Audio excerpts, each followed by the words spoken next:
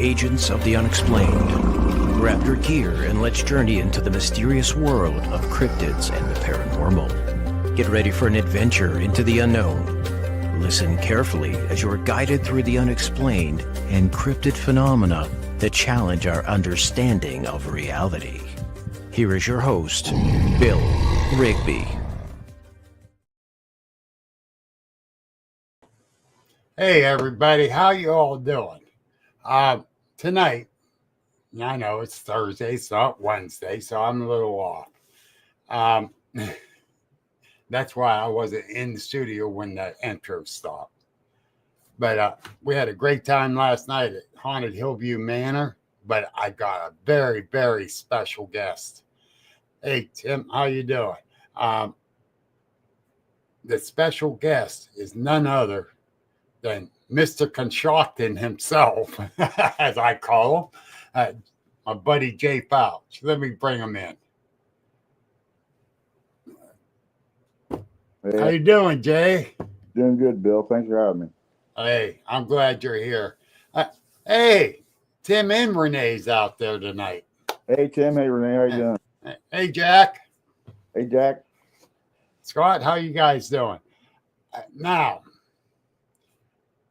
the big thing is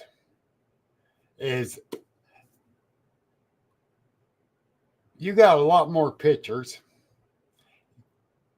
You've been out a hell of a lot more since the last time I had you on. Oh, yeah. And it's been a while. Yeah. We got to do this a lot sooner. It's my fault, Jay, not yours, brother. Oh, you're good. And I'm always bragging about you. So don't let that swell your head too much, because I do brag about how you get out, how you get these pictures. And folks, I'm going to say it like this. Jay goes out there. The pictures might not be all that good on some of them. Some are excellent.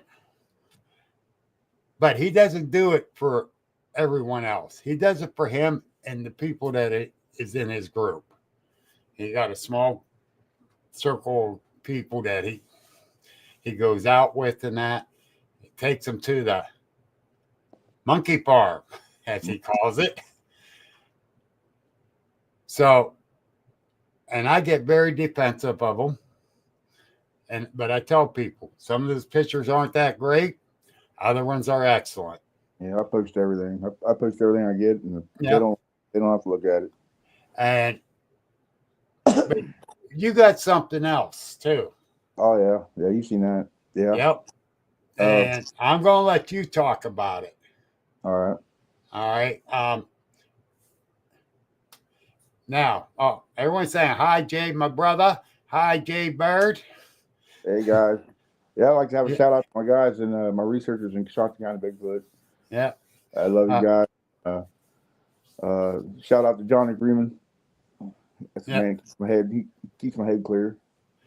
Johnny's good. Johnny's a good guy. Yeah, good guy. And of course, he gets the glass out. Put it that way.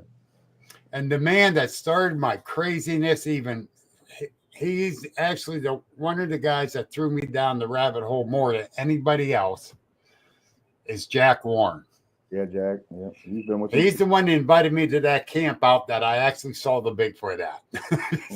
Yeah, it's his fault. Yeah, he's been with me for damn near 11 years now. Love the man. Love the man. Wow. But yeah, you know, you got your certain groups and that. But the thing is, you're mainly doing this for your own sanity, let's say. Yeah, it's kind of anymore. It's kind of like a hobby anymore. I mean, my one grandson, he's just as good. He's just as good at seeing them as I am. He can find them. He hunts them. He hunts them out with his eyes. He knows what he's doing.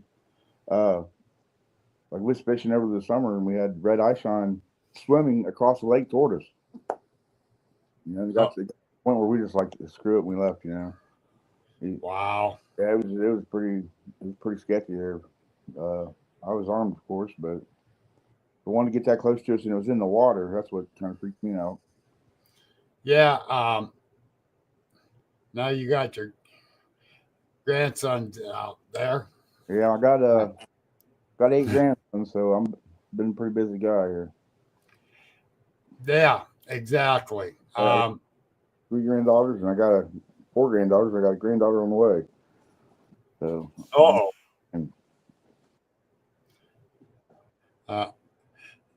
That's. I got 3 grandsons that live with us, and none of them want to go out with me. The oldest grandson shocked the crap out of me. I asked him if he. Actually, we were going to go down to Jefferson Volunteer Fire Company for their Bigfoot thing the first year they had it. And I asked him if he wanted to go along. He says, "What is it, a Bigfoot thing?" I went, "Yeah, no, not that. But if it was Mothman," I went, "What?" I said, "You know about Mothman?" He says, "Yeah." I says, Probably. "I never discussed it with you." He goes, "From your conference." "What do you mean from my conference? No one talked about it there." He says, "I got that plushie of one from the guy that was right across from Gia, John Turley. Oh, John, yeah. He has that Mothman plushie on his bed. And it's all about Mothman with him." I didn't know that. Pal, how you doing? Hello, Constance. But yeah, they're on the Facebook page that doesn't come up on here. Did you want to talk about that thing you sent me? Yeah, I mean, yeah. You seem to like it a lot from what you've seen of it. It happened. Actually, well, let's get from the start here. I've been working with Dave Grohl. He's a filmmaker, producer, and we've been working on. He started a documentary in I think it's 2021, and I think I came in maybe 2022, and I've been working with him and getting material for it, and we got some really awesome material that I haven't seen anywhere else. And we have I had an encounter last spring. I was coming home from work about 3 o'clock in the afternoon, and I stopped at a place. It's a place here in Coshocton. It's on Wells Creek, and it's kind of secluded, and not a lot of people fish there. So, and it wasn't real muddy. The water was real hot. I didn't want to get muddy and stuff, get a bunch of mud everywhere, and having rubber boots with me. So I stopped down there and I was fishing. I fished for about, I don't know, 45 minutes, and I started hearing trees breaking across the water. And across the water is nothing but an island, and of course it's flooded. It's underwater, maybe a foot under. You couldn't have walked clear across it without being wet. But so I'm hearing trees breaking, and it's getting louder. It's coming toward me. So I went ahead and put the fishing stuff in the car, and the car was going up the hill. And I climbed in the car, and I put it in neutral, and I coasted down to the water line and stopped. And I kind of hid in the car and was videotaping what was across the water. And across the water, there's this small black Bigfoot coming through the trees there, where the breaking noise was coming from. And I'm sitting there filming it, and I zoomed out a little bit. I didn't want to zoom too far because I didn't want to pixelate where Dave couldn't do nothing. Dave couldn't work, because if you pixelate it too much, it's just worthless. And so I zoomed out a little bit, and I'm still filming. And behind this little black one, there's an orb. An orb comes out about the size of a basketball, and it just floats around you. That's it. Behind all that is this monstrosity of a Bigfoot coming. And I mean, he's massive. He's the one that's breaking the trees. And there's several other Bigfoots in the area, in that vicinity. You can see it in the video, but the video will be in Dave's documentary, which is coming out this year, 2025. We don't have a hard date yet for it. The date will actually come out, but it will be out this year. Like I said, it's got a lot of stuff in it that I've yeah, it does. I'm going to say, he sent me a short clip, And I'm going to tell you, there's been speculations about orbs being with the Bigfoot and traveling with the Bigfoot. Yes, they do. You know, My man documented it, and I love it. Yeah. I think I've been keeping my big mouth shut about this because I really want to say a lot more, and I couldn't because I made that a promise to you, Jay.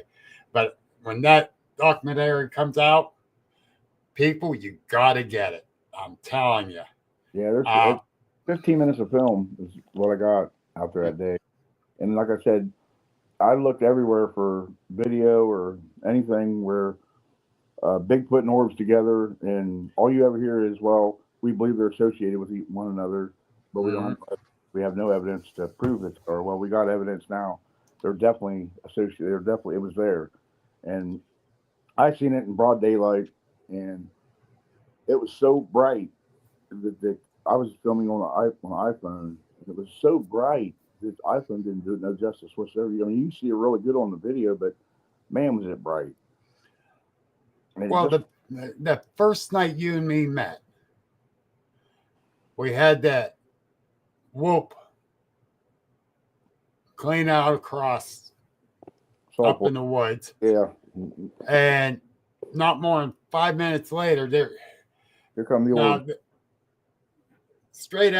going straight out like this was the whoop. You go that way, and there's 3 orbs. Right. It's like, you see that? Yeah, I'm looking at it. I'm trying to film. Yeah, I'm all excited. I don't like orbs myself because I don't know what they are. I don't know. I've heard different people say, well, these different colored ones can make you ill and get sickness from them. So I don't know. I don't know. So I just don't. Dad always says if you don't know what you're doing, leave it alone. So I just leave it alone. Well, here's what Bill Nighthawk says. You don't want to know what I think. Orbs are the spiritual essence of the Bigfoot. They are not of this dimension. And that I can believe because what I saw those 3 orbs doing with Jay that time, they went through trees, not around them, through them. But I've heard so many theories that I don't know. I don't know what they are. And everybody's got a theory, but I really don't. I really don't know what they are. I've had me and my wife and Bob went out one night and we pulled in the spot, and it was a real desolate road. I took Jack there and his wife. We hiked out there one day, and it was desolate.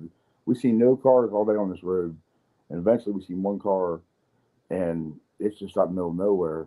And we was there at night, and me and Bob seen it was an orange orb come up over the top of the hill, just floating. We bailed. I don't know. I got a weird feeling about them when I see them. Maybe not does, but when the first year Gretchen Fest went on, this guy came up and started talking to Brian Seach and had a bunch of pictures, and they were all orbs. You can see faces in them. Yeah, I've seen that too. Yeah, but that one was so demonic looking. It freaked me out. It really did. It's like, oh man, I don't want to look at this. I handed it back to Brian. I said, that's demonic. And Brian says, yeah, I thought so too, but I didn't want to say nothing. He hands it back to the guy. But there's something weird about them. But to actually capture the Bigfoot and the orb together was, I knew what I had when I got home and looked at it. I was so involved in filming that in the video there's a beaver pushing a log across the water, and it was in the frame, but I didn't see it till I got home. Are you serious? I missed that. How could you miss that? Yeah. Big old log. It was I don't know, probably a 12-foot log. And oh my God! I was so enthralled in watching that orb and that Bigfoot, the black one. Then I see the big one behind it. I'm like, oh, wow. Yeah, that's the thing. I said, he is mad. Tunnel vision of watching what you were seeing. Yeah, and that's what happened. And my friend Stacy Lee says she agrees with Bill Nighthawk. Sweetheart of a lady. I met her last year, and she's awesome. And she, all I could say, she's pretty darn good at doing her thing too. I had her on my show one night. Her and Ghost Chick were on together. And, but the thing is, though, Jay, with you, this is going to take you to a different level on the people spectrum. You know that. No, how's that? They're going to put you up like one of these top researchers. No, I'm not even a researcher. I'm just an outdoorsman. Actually, I don't even like to call myself. You're full of shit. You're a researcher. I know. I mean, I don't really don't read. I don't measure nothing. I know, but you're still out there watching them and documenting them. Like the real researchers, they're always writing stuff down, casting prints. No, I don't do none of that. I just go out and it's just fun for me to try to find them. And I've stumbled onto a few things that I ain't heard a lot of people talk about. Nobody else has stumbled onto it. Nobody else talks about it, but I stumbled onto it, and that's just how I find them. I just actually stumbled into it, but they're not hard to find. And you know, people say, "Well, how can you have a sighting? You see one here, and then 20 miles away, you see one there." Well, you know, I'm going to areas that's had sightings for probably 50 years now. And even some of Don Keating's old sightings or old reports he took, I go to some of them areas, and they're still there. They haven't left. They ain't went nowhere. Where are they going to go? There's nowhere for them to go. Right. You know, they don't migrate. They're all year round. I hear the same wood knocks, winter, fall, spring, summer. Where are they going? People think, you know, they move around so much. Well, they might move around for food. They might move from here to there, but they have a holding area. You know, a bear has like a 50-mile circumference they walk for food. And it's one big circle. Yeah. Okay. And I believe the Bigfoots do the same thing. I don't know if it's a 50-mile radius, whatever. Yeah, they move like in the county, but I mean, every time I go back to these areas, and I got like 20 areas I worked, and I don't overwork them. I don't go there too much. I'll go to one maybe 1 week, and it might be 3 or 4 weeks before I even go back, and you know, or maybe longer than that before I even go back. But I got so many spots to hit. I can't. And then, like on my way to work, Wolves Creek, I had the encounter with the eyes, where the one come out of the water. I was actually on my way home from work. It was, I don't know, it must have been around midnight, but it was a beautiful night out. And I decided I was going to stop and smoke a cigarette at Wolves Creek. So I stopped and pulled in, and it's right where me and Steve had our encounter where the one jumped in the water. And I was standing there, and I heard something in the water again. And I was like, man, I'm thinking back to when me and Steve seen the one jump in the water. You know, and so I sit there and got my camera out, which is it wasn't a night vision camera. It was just a regular, you know, high-zoom camera. And it comes up out of the water, and I'm thinking it's a deer at first. Yeah, it's probably just a deer or a beaver or something, you know. And it stands up, and I'm eye with it, but it's down the bank. It's down, I don't know, a 4-foot bank, but I'm eye to eye with this thing. Yeah. I start filming it, and I realize while I'm filming this thing, it doesn't know I'm there. It has no idea I'm there at all, right? And it's soaking wet, and it's moving around a little bit, and you see it moving. And then its eyes kind of look toward me, and I'm sitting there filming it. Its head gets real still, and all of a sudden it jumps back because it sees me. Then I got worried. Because then it knew I was there. See me, yeah. And you can see in the video where the eyes get great big and it jumps back, you know. And every time I watch that, man, the hair on the back of my neck stands up. No doubt. But you know, this documentary and like I said, me and Dave's become real good friends. He's actually become a researcher. He does a lot of really good research at the Cuyahoga Valley National Park, and he's been on some stuff lately. It's incredible what he's getting. And, when this does come out, you let me know so I can promote the hell out of it. Yeah, I want everybody to see it. Yeah, because like I said, I'll promote it. Yeah, there's nothing out there with orbs and Bigfoot together. No proof, no evidence, other than stories. You'll hear stories, which that's fine too. But I'm talking about video. There's no video, no pictures, no nothing of orbs and Bigfoot together, and we finally got it. We got it. We completed. Yeah, and the thing is too, where you filmed it at, there's no lights over there because it's an island in the middle of the lake.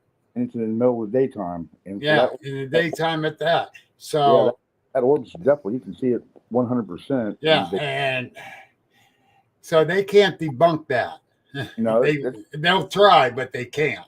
Yeah, we did. Dave come out and he flew a drone over top of it and interviewed me out there of what happened, and we flew a drone over the island to show you everybody what we're dealing with. And I mean, even after the water goes down out there, he was there about 4 days after it happened, and the water had come down a little bit. But could you imagine trying to walk across that with all the trees that's broke and all the mud, Yeah, and being and the mosquitoes and what have you, snakes. People don't want to. You never see nobody on the islands. I've lived here my whole life. I've never seen nobody on the islands out there because they're just right. And like you said, you are an outdoorsman. You spend a lot of time out there. Yeah, so, I mean, I don't like calling myself a researcher. I just feel funny about when I say that. People say I really don't research anything. I'm not. Unfortunately, with all your pictures, you are documenting. So that's like a researcher, and I will call you one of the best ones out there. More of a documenting my journey through looking for these things. If it wasn't for my brother, I'd never even been out looking for him. Right. Yeah. Well, thanks to your brother. Yeah, he seen one. He was 18, and man, I made fun of him all the time. I didn't believe in him.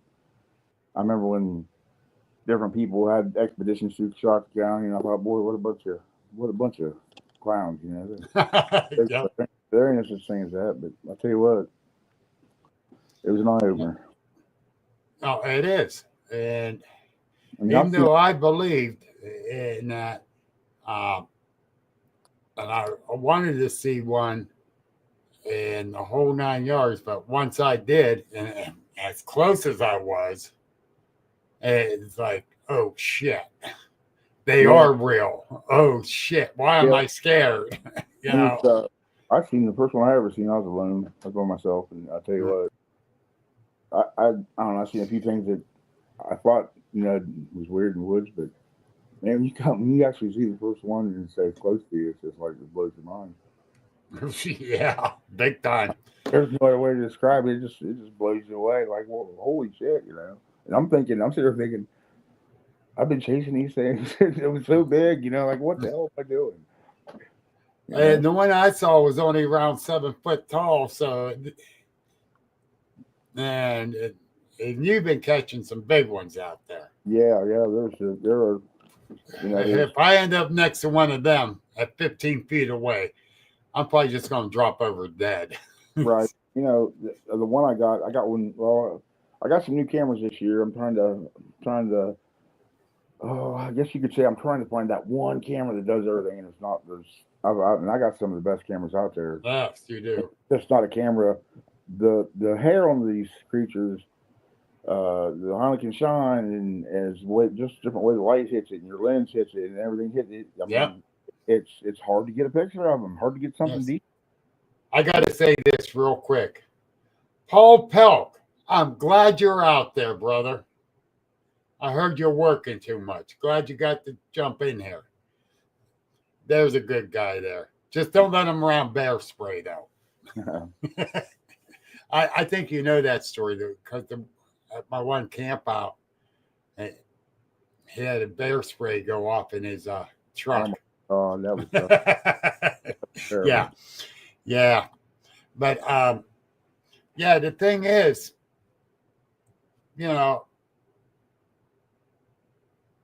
I got to bring this one up.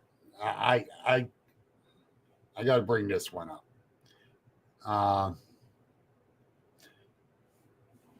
Now tell me that's not one. I dare you people. Tell me that is not one. I shot that on an Nikon P1000, and I was about a mile away. And there's an opening. Wait a minute, there's an opening in the field on a ridge top, on a ridge, and it was in the field, and it came. I caught it walking in, but it was so far away I couldn't tell what it was when I zoomed in on it. That's when I went in the woods and I lost it. But that's it entering the woods with the bent legs and everything. The bent legs, like everybody says, the legs are never straight. That one there's kind of cool. I like that one myself. Yeah, you could see the head and all that in there, but this is the perfect one.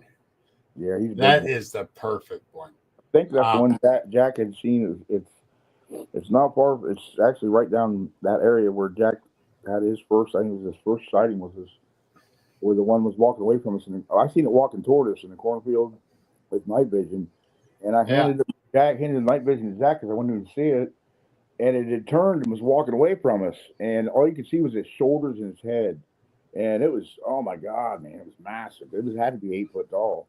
Oh wow! And Jack watched it walk away, and he was just stunned. I bet. And see, Jack gets stunned at something. It was big. It was damn big. I'm kind of glad I turned around and went the other way. Yeah. That 7-footer, man, he was big enough for me. Shit. And, Jack's the mountain goat, too. Right. Yeah, one picture you just put up there, if you want to throw them up, I'll explain them pictures of the feet. The bridges that we got. But, yes, it was huge, Jack says. Okay, let me go back to these pictures. The first, okay. If you look at this picture right here, these are human feet with dermal ridges on the right-hand side.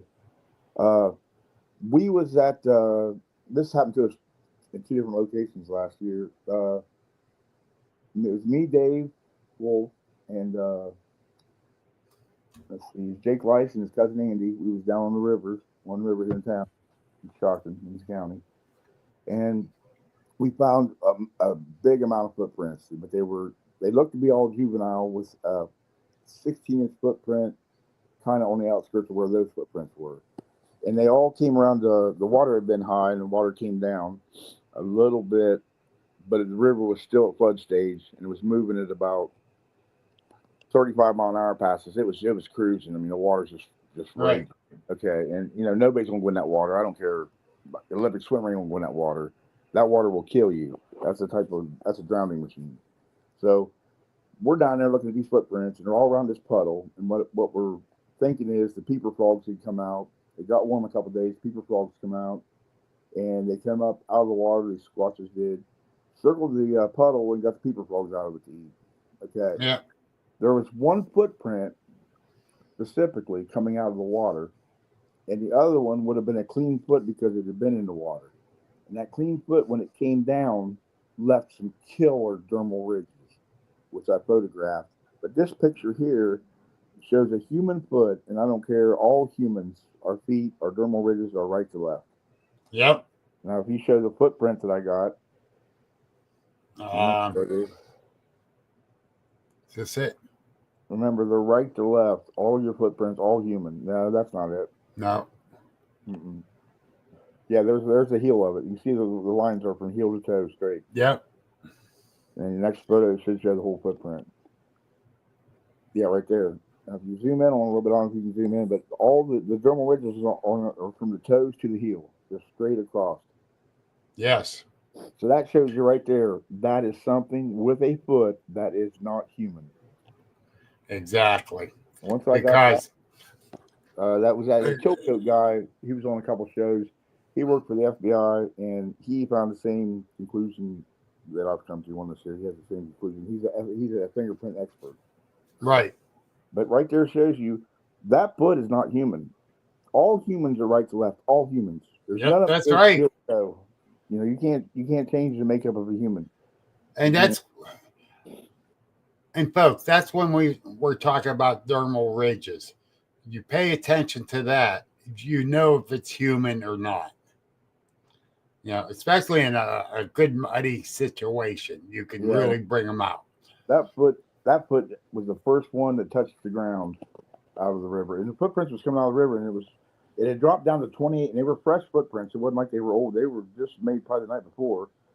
It was 28 degrees. You got the river at flood stage. Now, what in the hell's in that in the water coming out of the water at 28 degrees? I mean, it's not a It human. sure in hell ain't me. You know, you can see where they turned around and went right back into the water. Yeah. So, me and my wife's uncle I was like, man, there's a band of these, and it has to be a band of them because there's probably, I don't know, a dozen individuals doing this, running together, and they're juveniles. So we got in our head, we're gonna try to get pictures with a night vision camera of these juveniles, okay? Because there's three rivers that run through that area. There's 5 in the county, and they're all good sized rivers. You know, people think they're little creeks. No, these are big rivers, big water. You got Tuscarora River goes through there, don't you? Yeah, we got Tuscarora, we got the wall hunting, we got the coasting, we got the Mohican, and we have Muskingum. Yeah. It runs clear to Marietta. And so we set out to find some other similar footprint situations like that. And we was on another river, probably, I don't know, 15 miles away. And we found the same thing. These footprints were all around them puddles. All the puddles out there where the water had come up real high and receded, left the puddles. Peeper frogs got in the puddles when it warmed up a little bit. Usually around 50, 60 degrees, they'll come out. And the footprints we even had a footprint that was just, I mean, I put a walnut beside it. It was small as hell, a little small footprint, perfect footprint. And there was 14-inch and 12-inch, and then it was all smaller ones. Okay. So this spring we're going to do it again. Now Dave documented a lot of the footprints. I think we cast a few of the smaller ones there that day. And then I found another spot on the Muskingum River where there's a bunch of juvenile tracks. And I actually cast a 6-toed track with dermal ridges on. Larry's got it now. I gave it to Larry. And it's really cool. It's got 6 toes, you know. So yeah. But the thing is, this year we're going to try to be there at that time. But me and my wife's uncle set out to, like, we would go out on, say, I have some weird nights off. Like I have a Wednesday night off yesterday.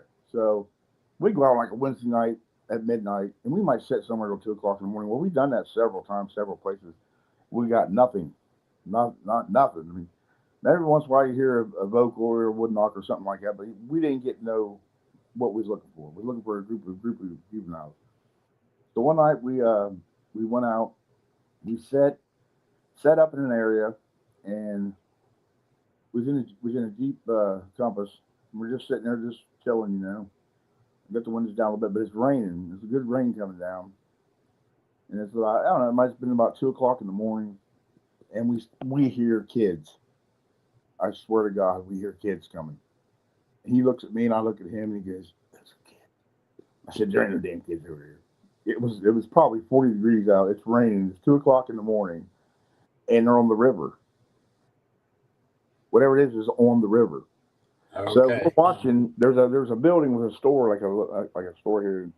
They have a trash can and a hopper out back, and we're watching the river over there. And they come up out of the river, and they're soaking wet. You see them soaking wet, and they're all. It just sounds like a group of 12-year-olds. They're being loud and they're whooping and they're conversing, and I'm losing it. I'm like, you know, I'm trying to get all this down.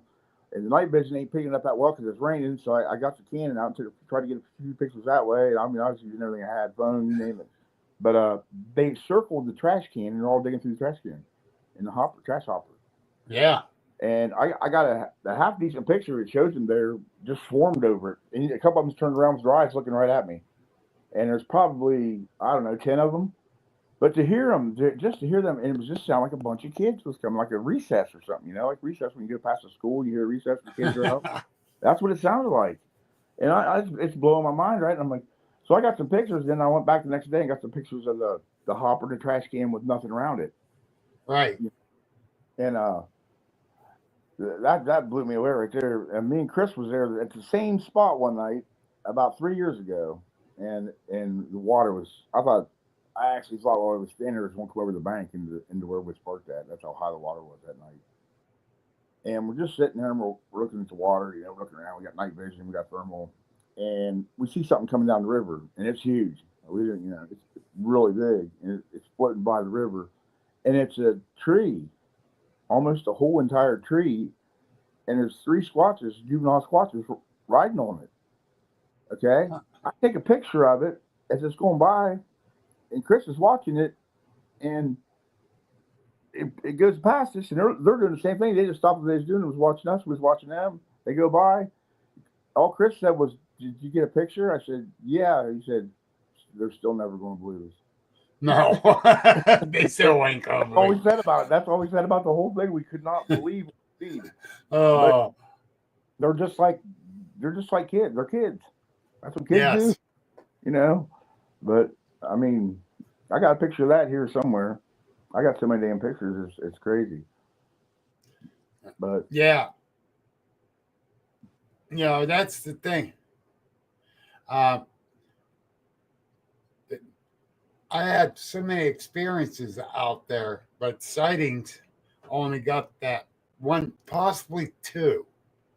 Um, I had something large, bipedal, follow me the one day, but it was staying on the other side of the big brush. But I can hear it walk as I'm walking. Every time I stop, you can hear his footsteps stop. I'm saying, being paralleled, yeah. yeah, and Cool. I was getting paranoid, and I got a hold of Jamie King because I know he was always out in that area, and I messaged him on Facebook, and I says, "Jamie, are you around? Or are you at work, or what?" And he came back and says, "No, I'm actually at home right now." And I told him, I says, "I think I got something following me and out here." And he goes, "Where you at?" And I told him. He says, "That's where I had my sighting at, is out there." I went, uh-oh. Uh-oh. And he says, "Did you get a sight on?" I says, "No, the brush is too thick through the area I'm at." He says, "Get out of there. Don't look at it in the eyes." I said, "I know about the predator thing. Yeah, they're But I trained. don't want to move yet. I want to see if it moves around a little bit." I didn't hear nothing. I waited 10 more minutes before I got out of there. And I didn't hear it. It didn't follow me anymore. But it had me a little paranoid. Yeah, it'll Yeah. be paranoid, all right. It's like, what the heck is this? Is it stalking me, or what's it doing? And I didn't have a weapon on me. So Holly, yes, I do. He's about 40 years old now. She asked if I have a son. The same name. Uh, but yeah, so the thing is that you got a lot of the pictures where I had a lot of different experiences with the stuff. Like the prints, the structures, possible sightings. One for sure was a very good possibility, but I can't say for sure. Well, there's a way to hunt these things down and see them. I mean, it's not really hard. It's teachable. Like Chris, all my guys, everybody in my group, all my guys have seen them.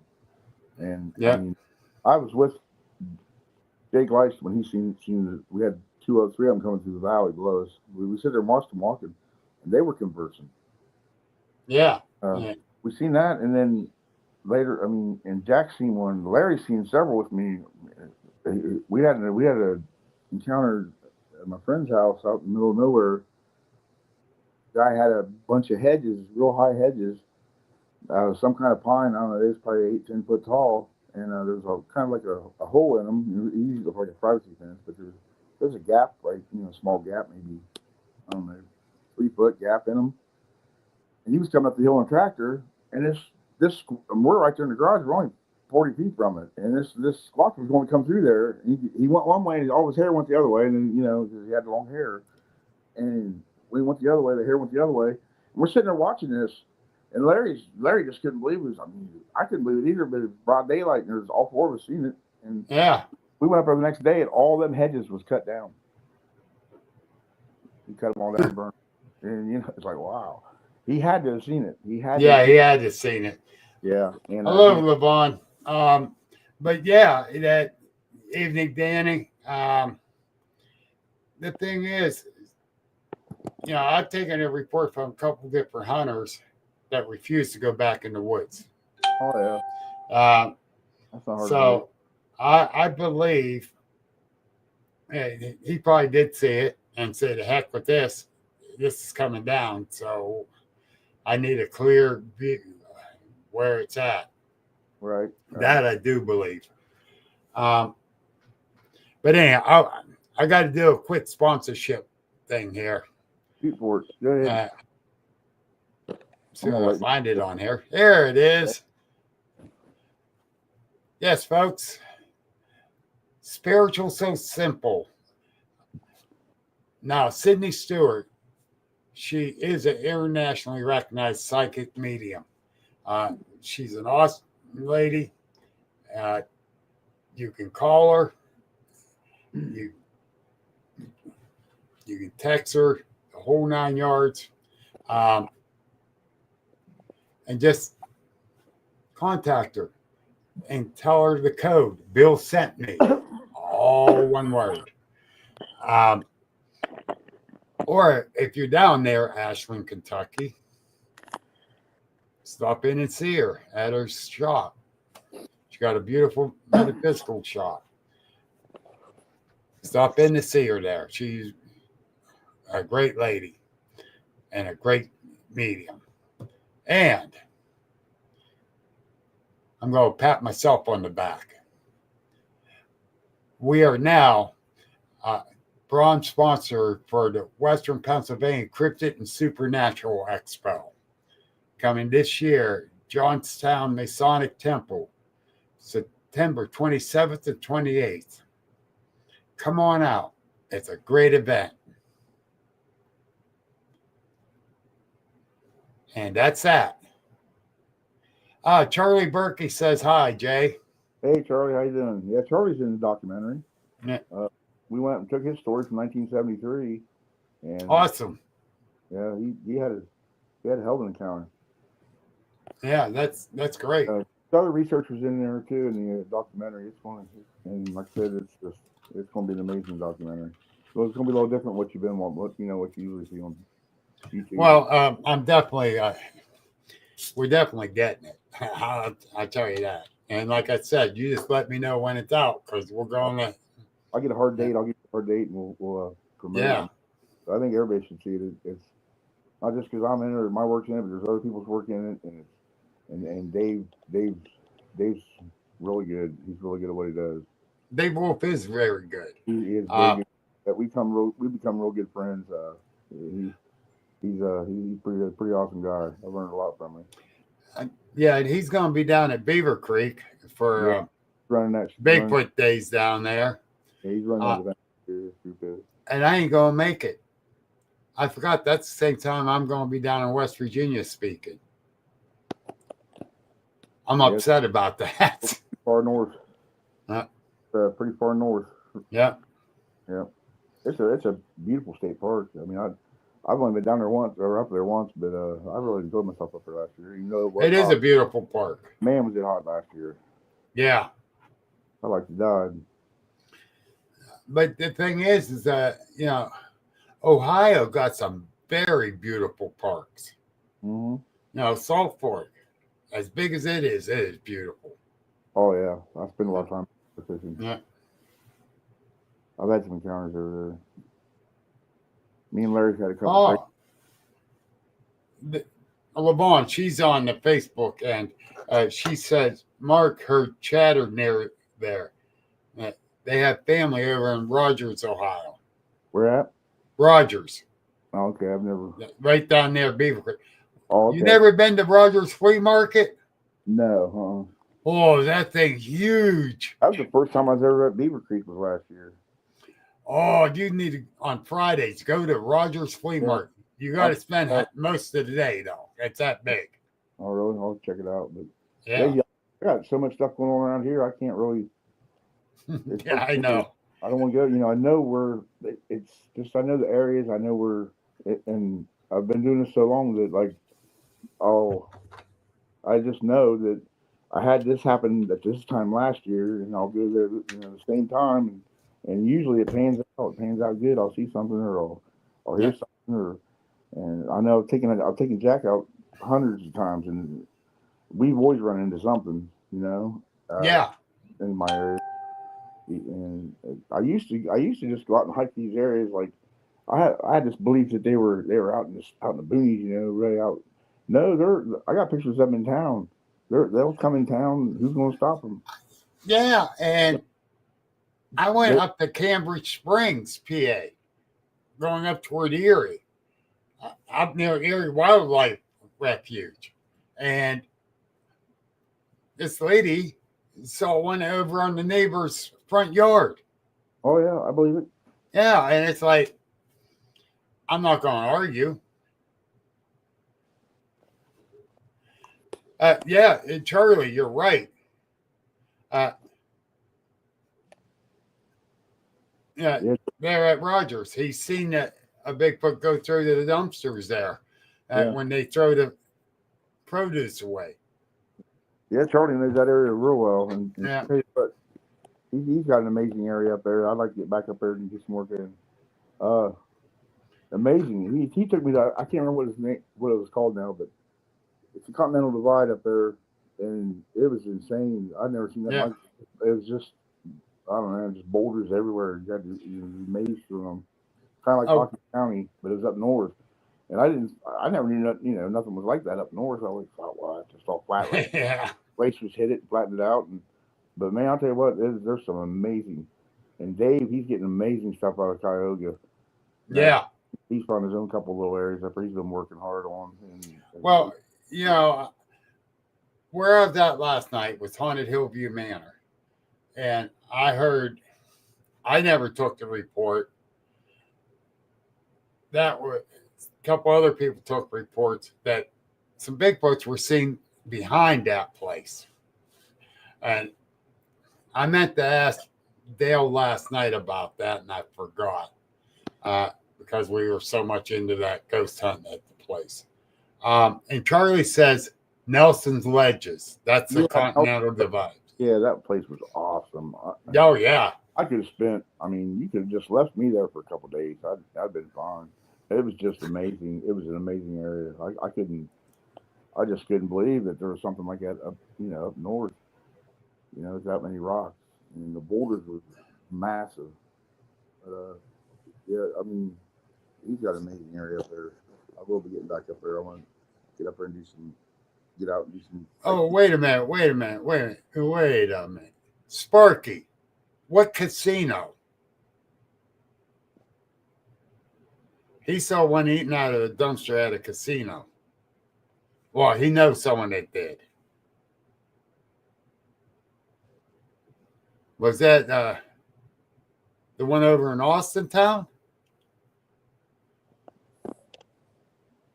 We actually have a dumpster area here in town, and it's on the outskirts of town. And there's no reason to put up $4,000 worth of lights over these dumpsters. It's the most lit up dumpsters I've ever seen in my life, and it's got a major high tech lighting system above every dumpster, and it's daytime back there. Now they've had an encounter back there with something to put that many lights up, and these are massive lights. So yeah, it was 4th of July when I watched fireworks. I told my wife, I said, let's just go down and sit for a little while and see if anything hits them dumpsters, because and we sit down there for, I don't know, maybe an hour and a half. And it was late. It was maybe 1 o'clock in the morning. And man, we heard one of them dumpsters slam on the lids. And it was like, and a raccoon ain't gonna do that. But there's another time I was at Seneca Lake, and a raccoon jumped out of a tree and it hit the dumpster right smack behind me. That scared the crap out of me. I bet. Yeah. I was camping out at Shenango Reservoir, and I had a raccoon run right beside me while I was sitting at my fire about 1 a.m. It came out of the brush up to the right of me, and it shot right past me to head toward the wood line that way. I about fell out of my chair. Yeah. Levon says she followed about 20 tracks the other day right to a dumpster. Yeah. Yeah. I get, yeah. Uh,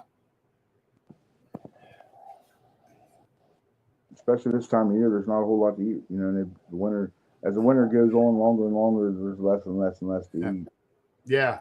I got, Charlie, you live over in Deerfield.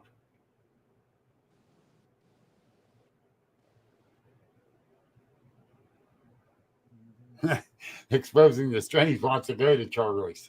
Um, I go past it. I go through Deerfield when I go to Salt Fork. yeah. Yeah, that's the shortest route. Yeah, that's pretty And nice. going past Berlin Wildlife Area and the whole 9 yards. Yeah. There's been sightings there.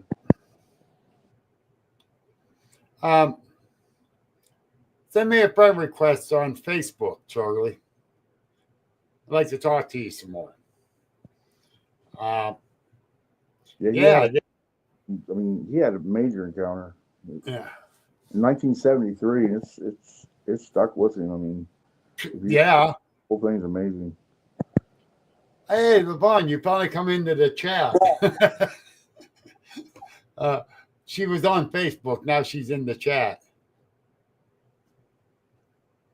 So if you want some pictures up there, I can show you the rest of them pictures. All right, let me go back there. Yeah, the one up there is I don't know what the one is, but it landed in that tree. Let's see. I mean, I've had is this no, this one ain't yours, or is it? No. Nope. Okay, went there. That's not mine either. That's not yours either. Okay, now we're back to that. Yeah, that's the dermal ridges, and we got the footprint. Then we got this one. I'm in love with this picture. And we went there. Now this one. That's the last one I got. Last one. I sent you some more on your messenger. I don't know if you got. Wait a minute. Let me check this out. The night vision for the baby. Let me check this out. Like 4 more of them. Wait a minute. That one. We got. Oh, wait a minute. Here's this. Okay. I'll bring them.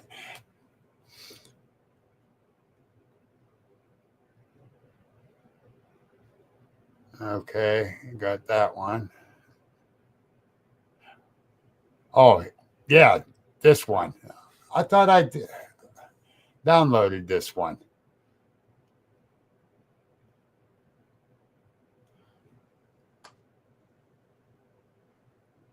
All right. There's the video. And I'm not bringing that up. Yeah, I think you're the only people seen that video so far is Dave. All my guys have seen it, and you. That's it. Yeah. No, I'm not bringing that up. Okay. Let me grab some more. See if I'm grabbing it from the right spot. Yeah.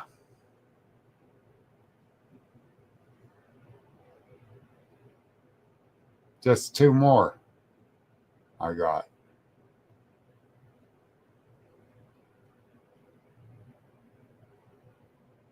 Hey, wait a minute. No.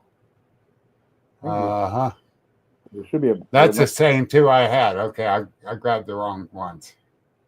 There should be a baby one. It's a night vision shot of the baby one. I'm kind of sick.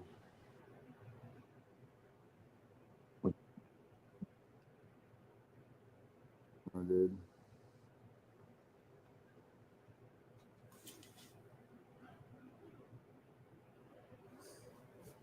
Something ain't right here. Just keeps giving me the same ones I already grabbed.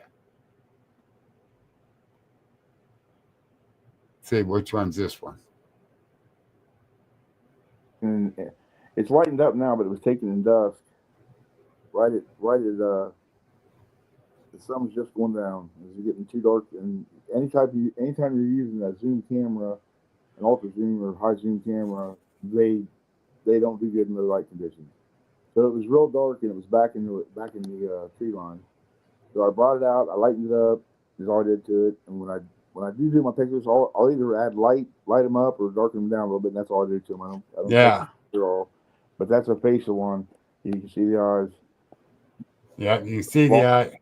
really Can't long. see my hands where they're at, but you can see the eyes right there. Yeah. Let me see.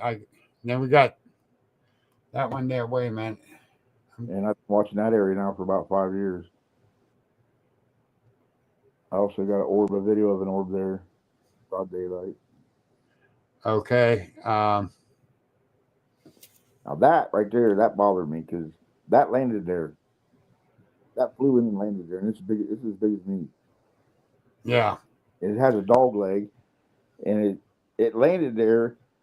I was being, like you said, like being paralleled by something. I was in the woods at one of my researchers, Jake Fouch's place. He's got a place up around Mushroom Hunt, and I've been down in there about a couple hours mushroom hunting, and I walked back in there pretty far, and I was coming out. Well, I heard something else.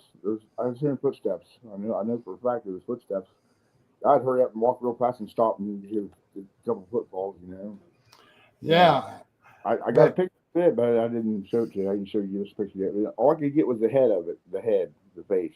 I got a picture of it, and then it was still following me, and I thought, man, I better get out of here and head on up to the house. And I'm still probably, I don't know, half a mile away from his house in the middle of nowhere there. And I'm walking and I hear something snap, man. I look up and that's what's up there. I just hit the field, and this is on the edge of the field, and that I have no idea. The closest thing I can say is Jersey Devil is something. They say something like that, but I don't know what that Right. is. And I'll tell you what, I pulled my gun out. I had a Glock 23, 40 caliber. And I pulled my gun out. And I was going, I didn't know if it was going to come down off that tree. I didn't know what it was. It was ugly. It really freaked me out. And then I got home and I couldn't find the picture.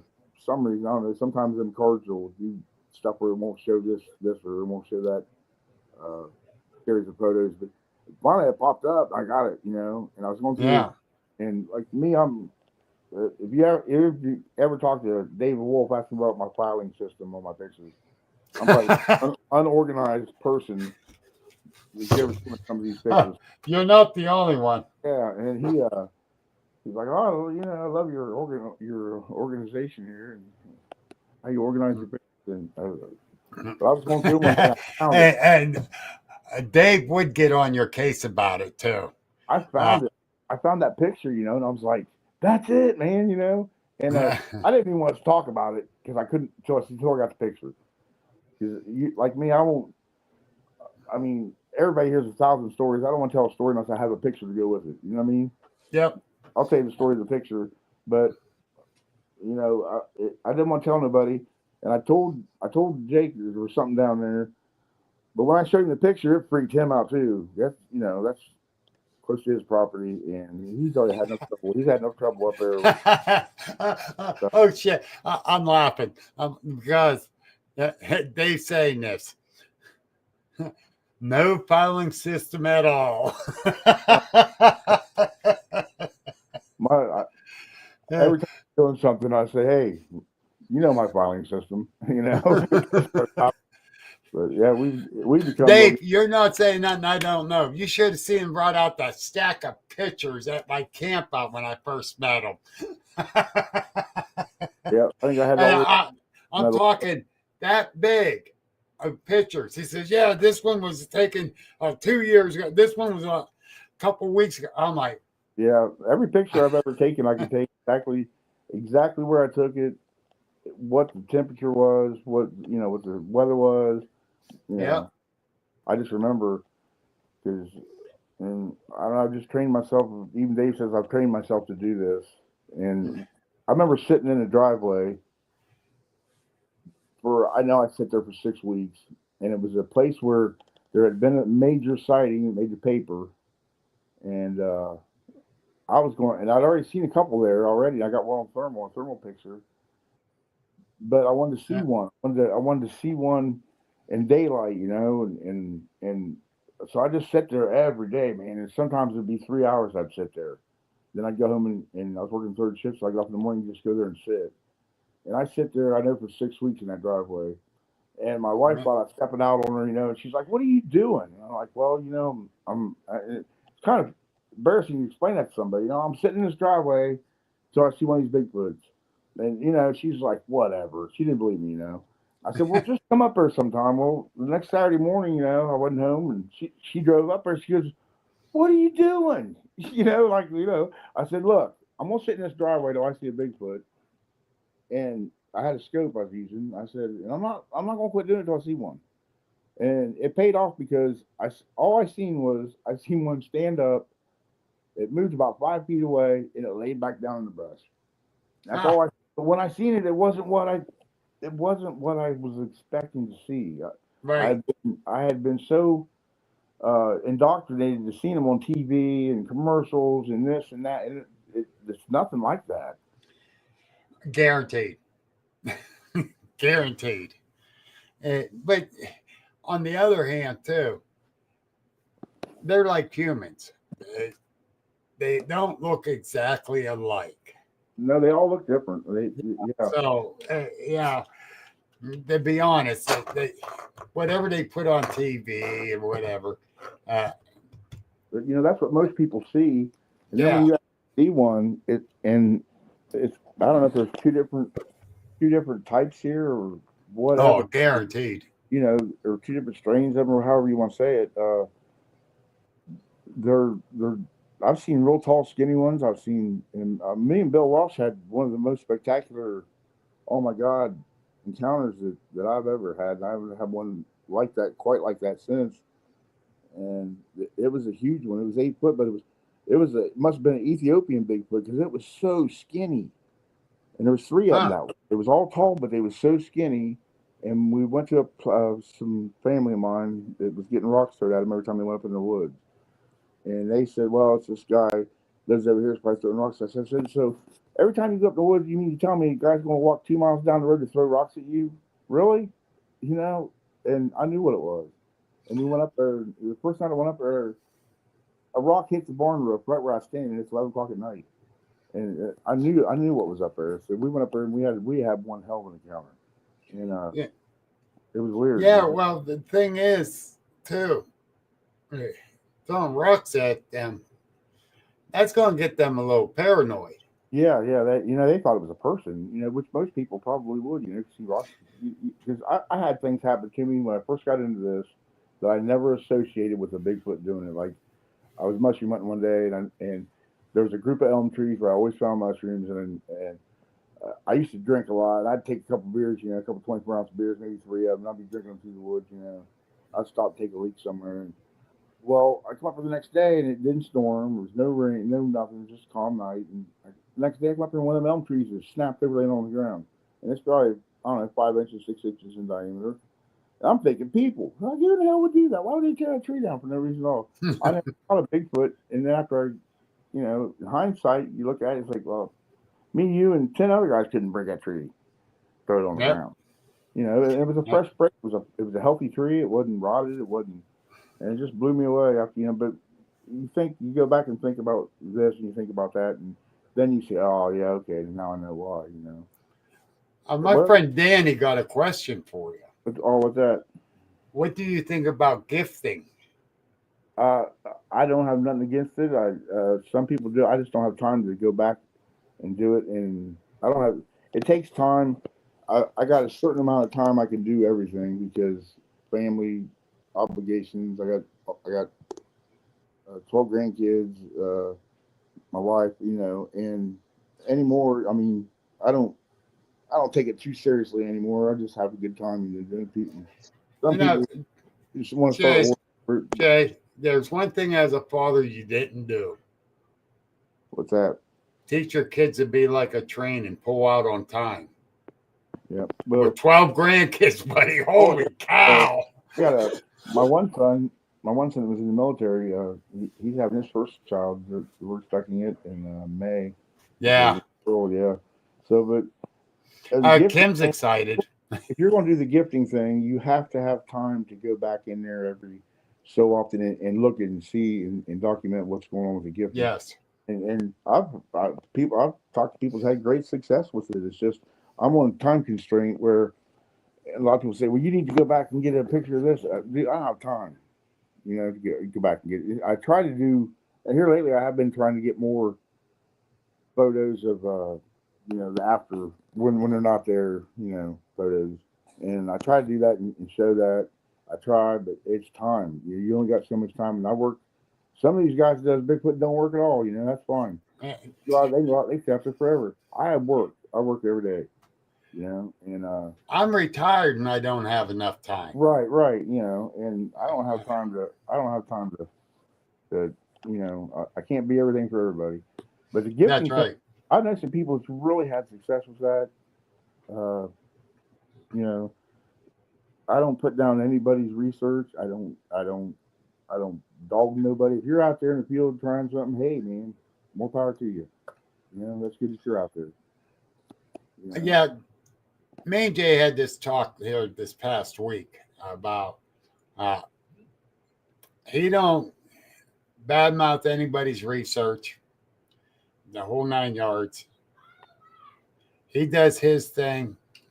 Let the other ones do their thing. He don't, he listens to rednecks talking about Bigfoot right after he first was getting into it, and to find out the two rednecks are very intelligent researchers.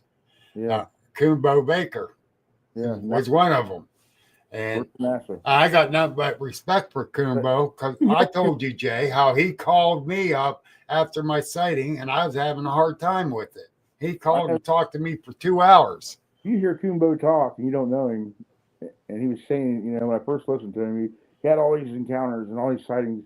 And he knew how to find them, and he grew up with them on his farm, and I'm thinking, yeah, right, well, he just sounded, he had such a bad Southern drawl, you know what I mean?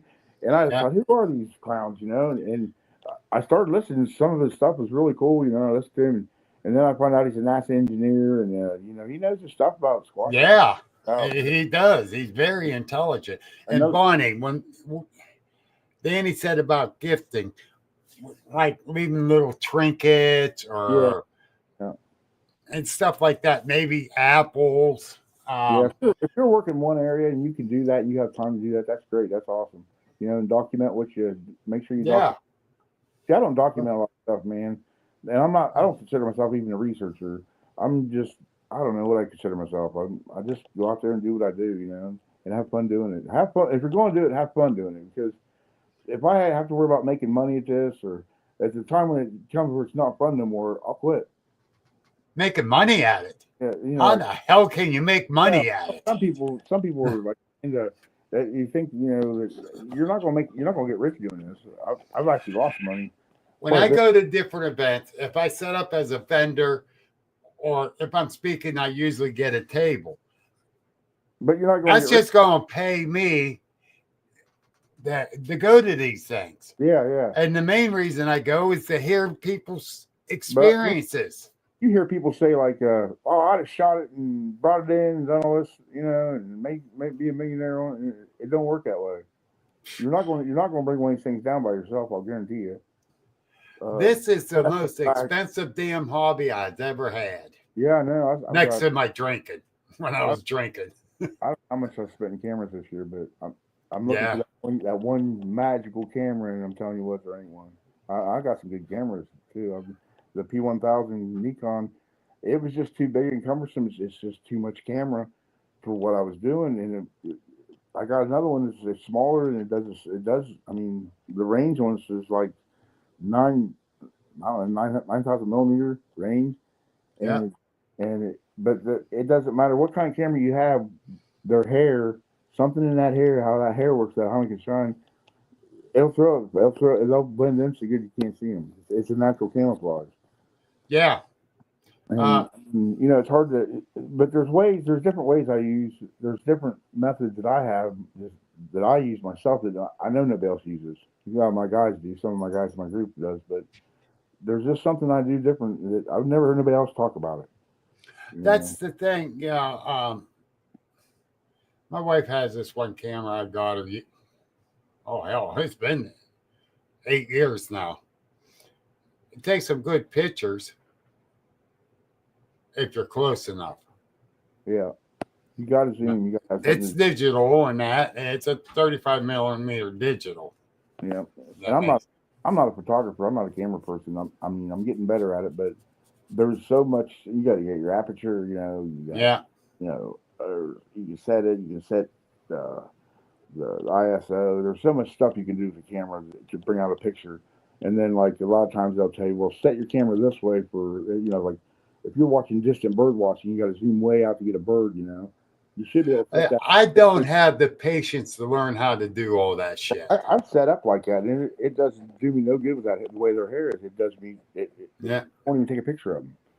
I do not have the patience, brother, and I really don't. A friend of mine tried to get me into it back in the early 90s, and I couldn't do it. No, I did not have the patience to learn the shutter speed and the whole 9 yards. Now, go watch Dave work his cameras, and he's got some killer cameras. I mean, I bet he's he's something else.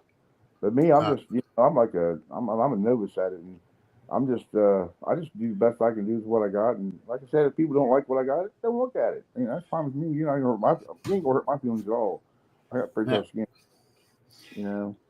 Once you start red circling your pictures, you and me's gonna have an argument. I do that on some of them.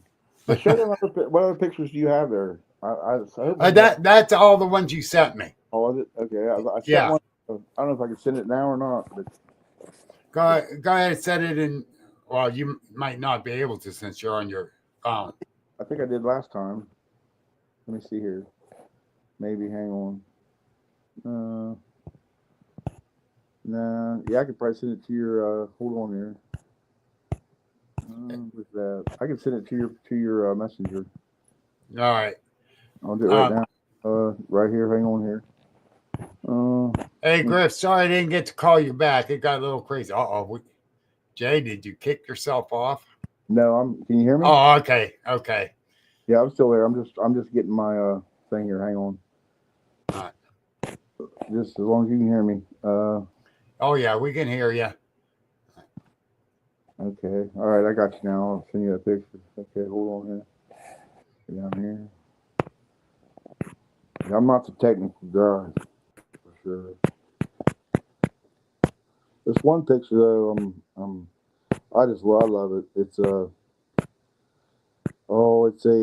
it's a juvenile, and it was out on County Road 6, and it was at nighttime, and I stopped and walked back a trail, and if I wouldn't have seen the eye shine, I'd have walked right into it. And it's the best night vision shot I could get. And night vision's it's its own beast, Yeah. People think, well, there's nothing out there that I have found besides thermal that is the everything. I use all of them. There's different times, like me and Bill Walsh, we'll run 2 night visions, we'll run 2 thermals, and still, you still have some trouble with it. Here's the face of it. I'm gonna send you the face of it. I'll send you that one, then I'm gonna send you the full photo. Okay, I just got it. Okay, now hang on here. It'd probably help if I didn't have 20,000 pictures on the phone.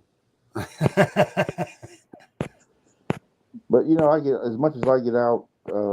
This spring I was out a photo of a golden eagle, and it was there's only 6 sightings of those a year usually in Ohio.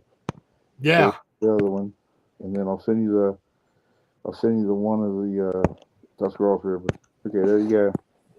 I'm gonna try to get back online here. See if I can do this. Okay, let's see. Go to where was I? Give me a second here. Yeah. Okay, I'm back.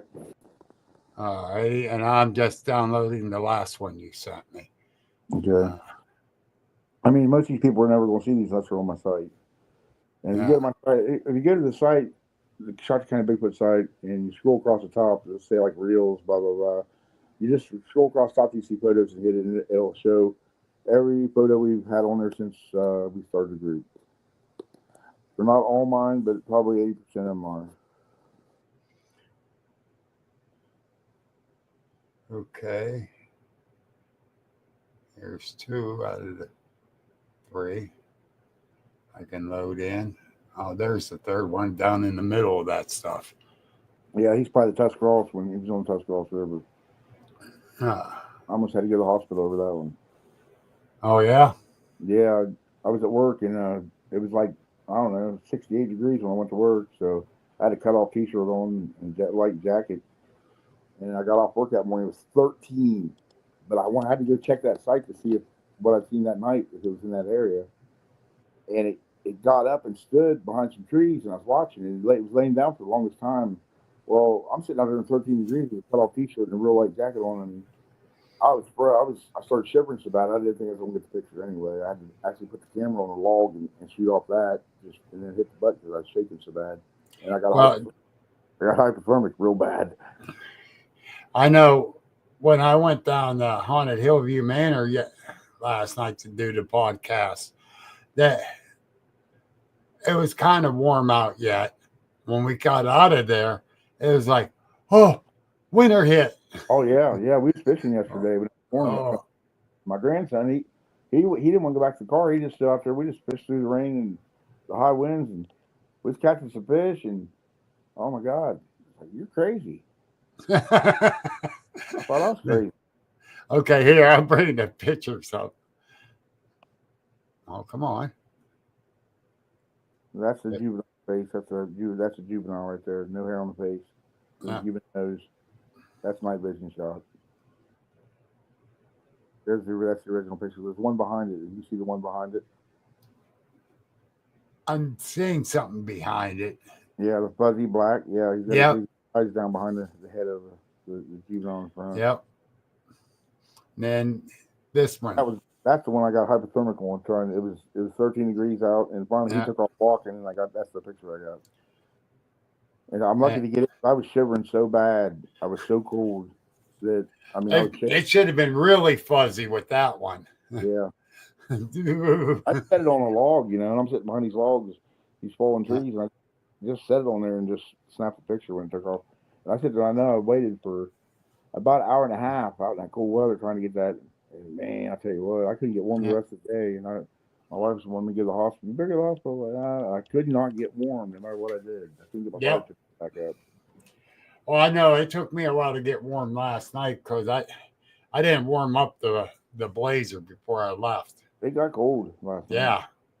And I was cold. But the thing is, too, we're diehards. We got to get that picture, or we got to get that sighting, whatever.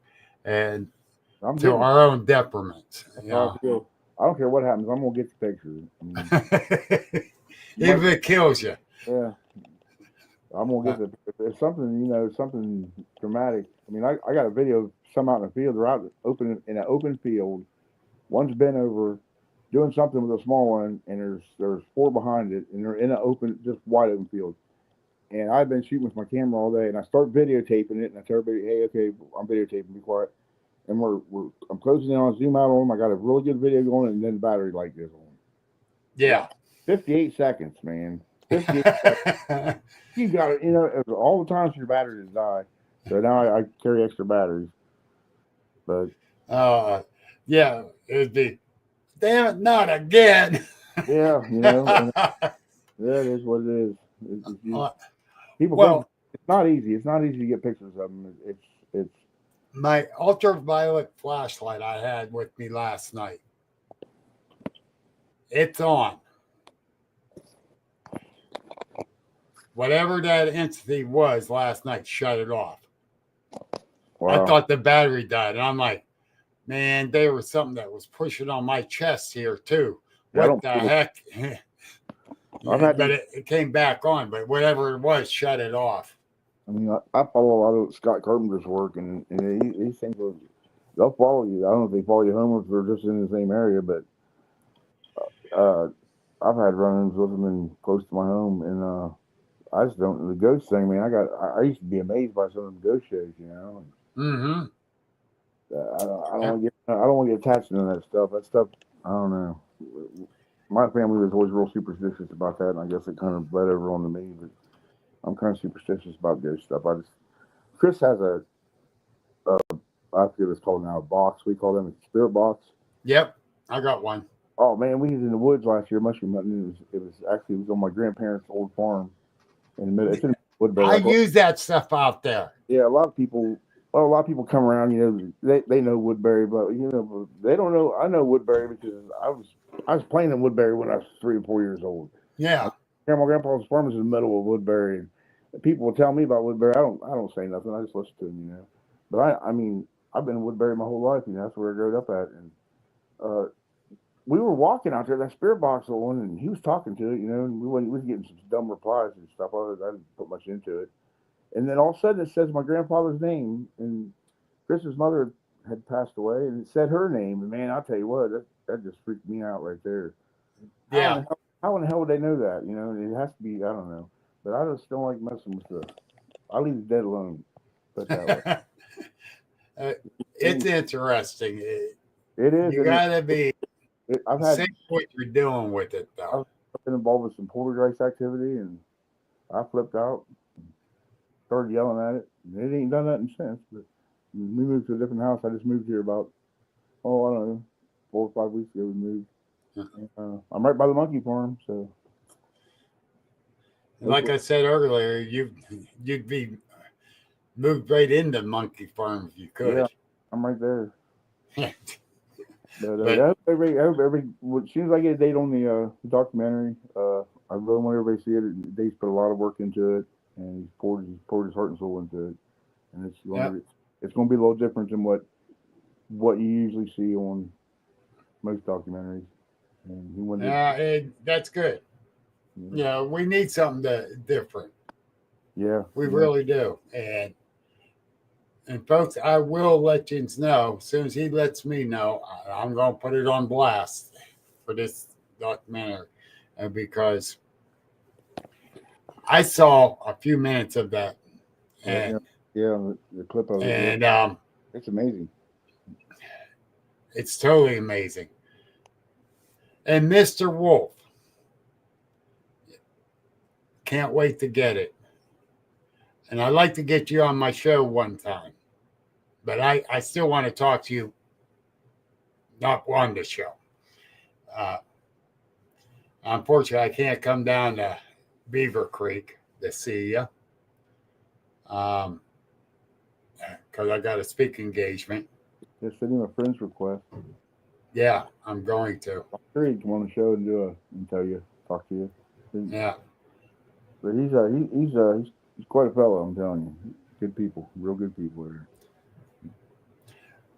Levon, there is a lot of good people out here in the Bigfoot world. And then you got your assholes. Yeah, but you have them everywhere. Yeah, no matter what. I met some of them. Actually, I told one off. But that's a different short story altogether. I just go with it anymore. I mean, some things used to bother me anymore. I just don't care. No. If they're doing something there, I don't care what they're doing. Let them do what they want to do. Yeah. Doing what I'm doing and what I'm doing, I'm having fun doing it. And as long as it's fun, I'm gonna keep doing it. And if people don't like what I do, that's fine too. I don't care. Don't look at it. If you don't like the show, change channel. Yeah. I don't care. I really don't. Yeah, I'm the same way. I don't BS about what I seen and the whole 9 yards. And if you believe me, you believe me. If you don't, you don't. I'm 66 years old. I don't give a damn if you believe me or not. Yep, we're getting up there. I do this because it's a hobby, actually. Right. Because I like to learn more and more about this stuff. I think everybody should have the right to know what's out there, and they're not. There's so much they're lying to us about. They're not telling you the truth. These things are real. They are out there. It's not, for me, it's not like, are they real? I know they're real. Me too. Me too. And people should know that. Experience was scary. Good night, Jack. Have a great night, buddy. Good night, Jack. They can't come out and tell you that they're real because half the people's going to have guns and the rest of the people ain't coming out of their house. Yep. They can't come out and just say, hey, yeah, we got these creatures running. They're never going to tell you that because it's just not, it's not feasible. You know, they've been ingrained so much to not to believe in them. Yep. You know, the people laughing at you and stuff, they laugh at me. I mean, I got thick skin, dude. I don't get, you ain't gonna hurt my feelings. No. You know? I don't care. I'm at that point. I don't give a damn if you believe me or not. Attaboy. But I gotta get to work, buddy. So I'm gonna we'll probably call it a night here. But thanks for having me on. As soon as we get a hard date on that when it's coming out, you'll be the first one to contact. Awesome. Thank you, sir. And thank you so much for coming on. Yep. You know, I really enjoy talking with you anyhow, no matter what. I like talking to you too, Bill. And the audience, thank you all for listening. Yeah, thanks and joining in. You can get a hold of Jay on Facebook, send him a message. Join the group. He might answer you.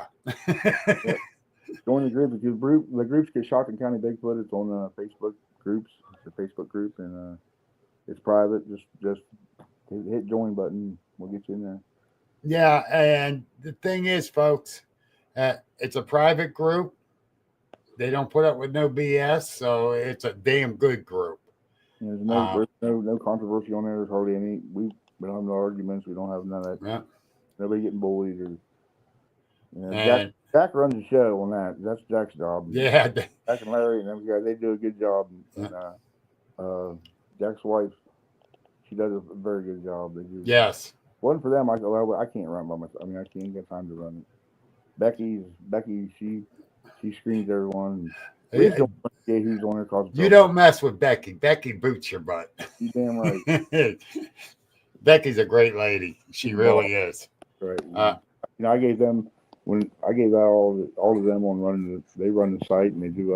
I couldn't do it without them. They do an awesome job. Can't say enough about them. Yeah, and me neither. I like your group. You got a great group, and like I said, I always brag about you and your research, even though you're not a researcher. I'm just a good old boy. Yes, you are. And Kim, thank you for letting them be on.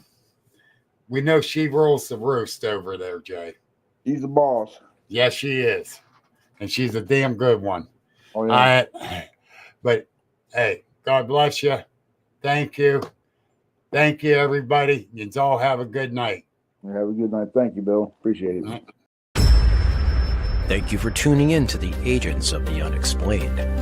Please visit our website at agentsoftheunexplained.net for unique paranormal merchandise like t-shirts, books, and coffee mugs. Join our Facebook group and subscribe to our YouTube channel for more thrilling content. Until next time, keep questioning the unexplainable.